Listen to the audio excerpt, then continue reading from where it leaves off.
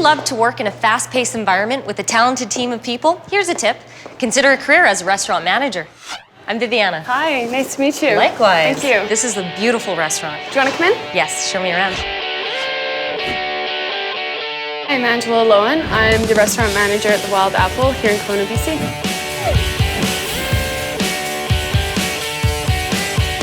I come in, I check the schedule, make sure I've got all the proper staffing on, check reservations, things like that, just make sure that if there's any special events, my staff and the kitchen staff know what's going on. From there, I basically just help with service, making sure standards are always fulfilled and always met. Staying on top of inventory, I need to be on point with all upcoming trends, with new alcohols that are coming out, new cocktails that are happening. You always keep track of what is sold and you reorder what is sold and what is sold successfully. You don't want too much sitting on your shelves, taking up valuable real estate. Important skills are you need to direct and delegate as well as take on responsibility for yourself. Using people's strengths and weaknesses is a big part of the job. Not everybody is the strongest at, say, large parties, that sort of thing. So you pick and choose the right people to do certain jobs. When I was in university, we did quite a few projects and groups and things like that. And by default, I always ended up sort of being the leader or the project manager of the group. So with that, I was able to realize that I did a good job managing people and picking out people's strengths and weaknesses. So from there, a management role just became natural. I went to BCIT and I took the marketing and business course there. It was a 2-year diploma, and I also took my sommelier, and I wanted to learn a lot more about wine, and it's definitely helped me get to where I am. It's not something you necessarily need, but it's an asset to have. Some key things that are important. Serving it right is very important. Food safe is also a necessity.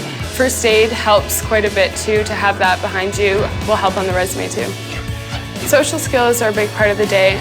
I try to get to every table and talk to each guest and just make sure that they're enjoying their experience. This is a good example of a bill that needs some extra care and attention. We have allergies on it as well as modifications. Yep. Let's go. Okay, carrot brie soup, gluten allergy.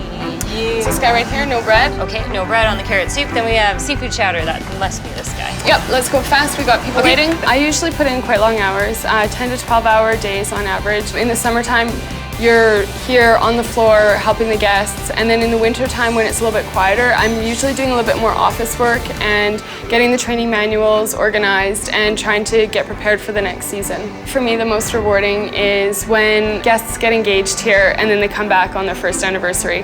That to me, there's nothing more special than being a part of someone's history and being a part of someone's life. I've watched hostesses grow up to become amazing servers, and just the whole family dynamic that restaurants have between front of house and back of house. Being able to meet people, enhance their day, enhance their family time together. Verbal and nonverbal communication is huge. There's a lot of times where you just look across the room and you make eye contact with a server and they need to know exactly what you're thinking and exactly what you expect them to do. You need to be able to have that skill, and even verbal communication, when you have an expectation of somebody and you have a standard that needs to be met, you need to be able to articulate and communicate it to them so that they understand. Angela, I noticed that you also have server duties in addition to your managerial duties. How does that work? Yeah, well, to be a manager, you have to be very willing to be hands-on, and no job is below you. So you polish glasses, bus tables, you'll take orders if need be, whatever you need to do for the success of the guest. Someone in my position has endless opportunities. They can go work for companies that do our point of sale. They can work for the companies that do the reservation systems, programming, working for hardware or software. You can become a wedding planner or event organizer. You could do sales and marketing after this. You could just become GM of a restaurant or even a resort if that's your passion. It's very rewarding in watching the fruits of your labor go through, instilling training and standards for people, seeing success and happiness with your guests. Well, thank you so much, Angela. I had a great time following you today. My pleasure. Once again, this is Career Trek, and I'm Viviana reminding you that this career could be yours. See you next time.